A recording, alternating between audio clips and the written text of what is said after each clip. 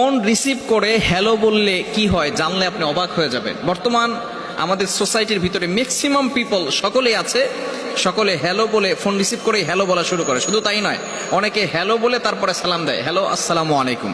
খবরদার, এই ভুলটি করা যাবে না। বিশেষ করে এই হ্যালো একটা যে শব্দ, সেখানের মূল একটা অর্থ রয়েছে হেল। হেল মানে কিন্তু জাহান্নাম, এটা কিন্তু দোজক। বিশেষ করে আরবের অধিকাংশ মুফতি যারা রয়েছে, গ্রান্ড মুফতি যারা রয়েছে, তারা বলছেন যে শুরুতে এই শব্দটা ব্যবহার করা যাবে না, শুরুতে কিন্তু সালাম দিয়ে কথা বলতে হবে। কারণ নবীজি সাল্লাল্লাহু আলাইহি ওয়াসাল্লাম নিজে জানিয়ে দিয়েছেন, আসসালামু ক্বাবলাল কালাম, কথা বলার পূর্বেই সালাম দিতে হবে। সালামই হচ্ছে একটা ইসলামের, মুসলমানদের সর্বপ্রথম কথাই হচ্ছে সালাম। সালামের অর্থ হচ্ছে শান্তি বর্ষিত হোক।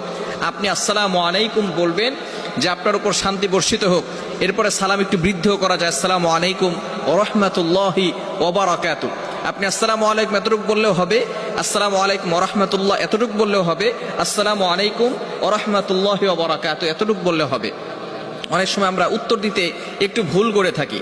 আসসালামু আলাইকুম যদি কেউ বলে তাহলে তাকে একটু বাড়িয়ে বলতে হবে, ওয়ালাইকুম আসসালাম ওয়া রাহমাতুল্লাহ। এটা হচ্ছে সুন্নাহ পদ্ধতি। যদি কেউ আসসালামু আলাইকুম ওয়া রাহমাতুল্লাহ বলে তাহলে তাকে তিনটা শব্দ বলতে হবে, ওয়ালাইকুম আসসালাম ওয়া রাহমাতুল্লাহি ওয়া বারাকাতুহু।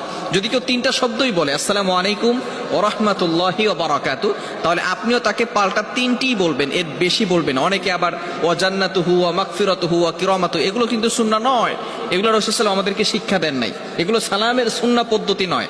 এজন্য তিনটা পর্যন্ত বলা যাবে, এর বেশি নয়। এজন্য প্রত্যেকটা কথা বলার শুরুতেই আমাদেরকে কিন্তু সালাম দিতে হবে। এই সালাম কিন্তু সর্বপ্রথম আসমানের আমল। আসমানের সর্বপ্রথম আদম আলাইহিস সালাতু ওয়াস সালামকে আল্লাহ পাক রব্বুল আলামিন যখন সৃষ্টি করেছিলেন, সৃষ্টি করার পরেই তিনি আদম আলাইহিস সালামকে একটা অর্ডার করেছিলেন। আল্লাহ পাক রব্বুল আলামিন আদেশ করেছিলেন, আদম যাও তুমি ফেরেশতাদেরকে গিয়ে সালাম দাও। তিনি সালাম দিলেন, আসসালামু আলাইকুম ওয়া রাহমাতুল্লাহ। আল্লাহ পাক রব্বুল আলামিনের আসমানের সর্বপ্রথম আমল হচ্ছে এই সালাম। এই সালাম দিলে মানুষের অহংকার দূর হয়, মানুষের ভিতরে যে অহংকার রোগ আছে, এই অহংকার থেকে সে মুক্ত থাকে। এবং সালামের ব্যাপারে আল্লাহ তাআলা পবিত্র কোরআনুল কারীমের ভিতরে আয়াত নাজিল করে দিয়েছেন।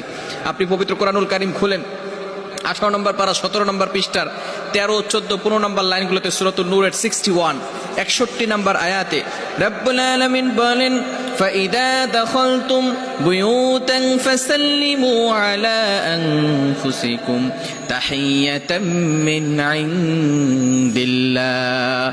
আল্লাহ পাক রব্বুল আলামিন জানিয়ে দিয়েছেন, যদি কোনো ব্যক্তি ঘরে ঢোকার সময় সালাম দেয়, আল্লাহ পাক রব্বুল আলামিন ওই ঘরের ভিতরে বরকত নাজিল করে দেন। ওই ঘরের ভিতরে আল্লাহ পাক রব্বুল আলামিন শান্তির ব্যবস্থা করে দেন। আমরা অনেকেই